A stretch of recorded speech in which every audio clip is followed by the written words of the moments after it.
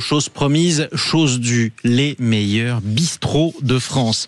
J'ai bien dit bistrot. C'est le palmarès qui vient d'être dévoilé, le palmarès du guide Lebé des bistrots. On en parle avec le directeur général des éditions Lebé. Bonjour Pierre-Yves Chupin. Bonjour. Bienvenue sur Sud Radio. Bon, c'est un petit peu tôt pour pousser la porte d'un bistrot, évidemment, mais en tout cas, c'est toujours l'heure de regarder où est-ce qu'on va déjeuner. Alors d'abord, on va commencer avec vous, mon cher Pierre-Yves Chupin, par rappeler une définition. C'est quoi la définition pour vous du bistrot ? C'est difficile à définir en cuisine parce que les bistrots, c'est toujours de mieux en mieux dans les bistrots. On mange de mieux en mieux dans les bistrots. C'est plutôt le mode de consommation d'habitude du bistrot. Le bistrot, on y va entre amis, entre copains, entre familles. Le restaurant, c'est un peu plus sacralisé. On y va à 2, à 3. Bon, parce que souvent, ça coûte plus cher. Le bistrot, c'est, notamment à Paris, on le voit souvent chez les Parisiens, c'est un peu leur seconde salle à manger. Comme l'espace a beaucoup réduit dans les appartements parisiens, s'ils veulent se faire plaisir entre amis ou en famille, c'est souvent la salle à manger, c'est le bistrot. Donc c'est surtout dans l'accueil, dans l'espace qu'il y a, qui fait que le bistrot se différencie du restaurant.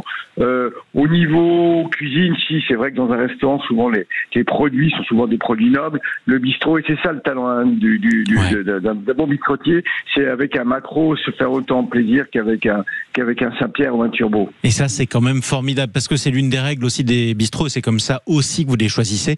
Il faut pas que ce soit trop cher. Oui, tout à fait. Alors là, on est heureux parce que à Paris, quand même, on a trouvé un bistrot dans le 11e avec une formule au déjeuner à 22 €, au déjeuner à menu à 29 €. À Clichy, le Café César, 22,50 € la formule, 28 € le menu. Et à Lyon, en plein cœur de Lyon, alors eux, il n'y a pas de formule, mais c'est un menu le même au déjeuner comme au dîner à 33 €, avec là aussi un festival de produits locaux, des produits du terroir, et c'est cette cuisine lyonnaise qui fait la différence, notamment dans les sauces. Bah évidemment, ça aurait été difficile de snobber Lyon quand même quand on parle de bistrot, forcément. On dit bouchon ou bistrot, ou c'est pas la même chose, tiens, à Lyon? C'est pas la même chose. C'est pas du tout le même registre. Le bouchon, c'est un registre bien particulier dans l'assiette, alors que le bistrot, on veut surtout, nous on tient à le faire évoluer. Hein. Le bistrot, c'est l'ancêtre du Bougna à Paris, où c'était les Auvergnats. Les Auvergnats. Avec souvent la saucisse purée, la morue le vendredi, la charcuterie, le fromage de Cantal, bien sûr. Et petit à petit, ça a évolué avec des chefs qui étaient souvent passés par des grandes maisons, qui n'avaient pas les moyens d'ouvrir le restaurant et qui sont petit à petit intéressés à ces bistrots. Et c'est un point auquel je tiens, c'est que les 3 meilleurs bistrots de l'année sont tous des jeunes qui se sont installés à leur compte. Notamment à Paris et à Clichy, ils sont installés cette année, ils ont investi leurs économies pour s'installer. Et faut le souligner, bravo, hein, ouais. Bravo les deux. C'est courageux.